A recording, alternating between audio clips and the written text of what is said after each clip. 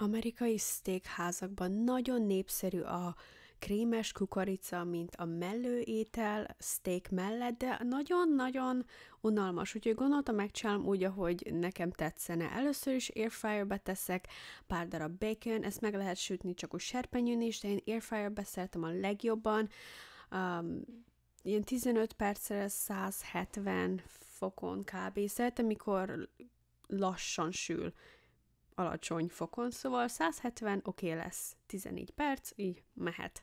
A krémes szósz kb. 3 nagy kanál vajból áll, amit elolvasztunk, és hozzáadunk 4 nagy kanál liszt, és ezt gyorsan kell kevergetni, mert ő nagyon gyorsan megsülhet a tészta, úgyhogy ezt kell keverni, hogy krémes legyen.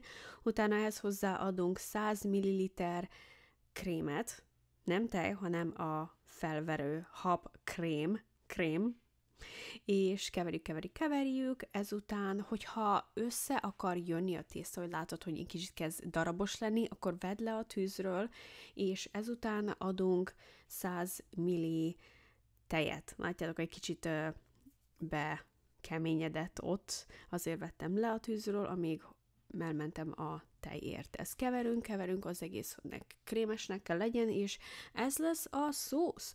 Általában ennyi szokott lenni a recepthez, de én még adok hozzá egy kis dolgot.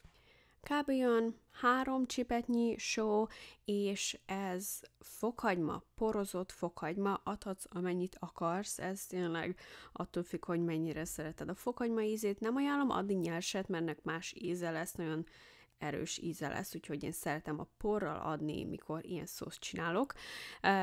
Fekete borsó, annyi, amennyit akarsz. Én szeretem olyan, hogy ebből is, abból is ugyanannyi legyen. Ami adok hozzá most az Old Bay ízesítő, amiben benne van fekete borsó, füstölt paprika, hagymapor, fokhagymapor és cayenne paprika por.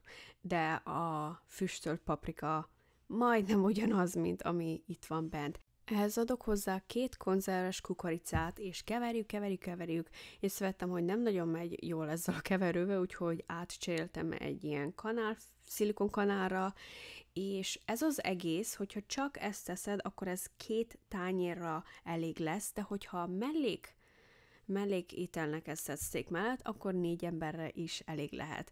Adok hozzá reszelt parmezsán, egy ilyen jó maréknyi, nem túl sok, de ha akarod, hogy még jobban sajtos legyen, akkor adhatsz hozzá többet.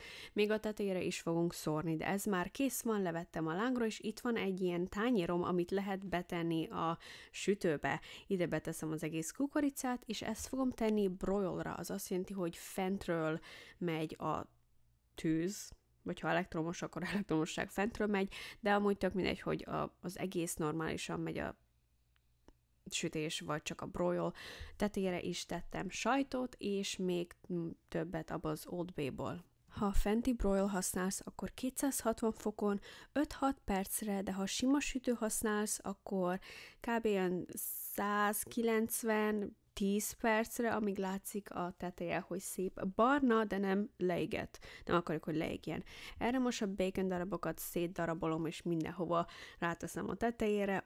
Isteni jó volt. Imádom bacon csinálni airfryerbe, szerintem ez a legjobb módszer, és utána végére bármilyen zöld, ami van otthon, rászórok. Ez zöld hagyma, szerintem a zöld hagyma megy a legjobban vele, de petrezselyem is lehet tenni, ez inkább csak olyan szépségre megy a tetejére, hogy adjon hozzá kis kontraszt. Gyönyörű lett! Alig vártam, hogy megegyem. Isteni finom lett a füstölt paprikával, a kukoricával. Nagyon-nagyon jól jött ki, és a bacon a tetején, ez olyan volt, mintha valami nagyon jót csináltam, és ez volt az ajándékom. Isteni jó volt, nagyon könnyű elkészíteni, úgyhogy menj és próbáld ki!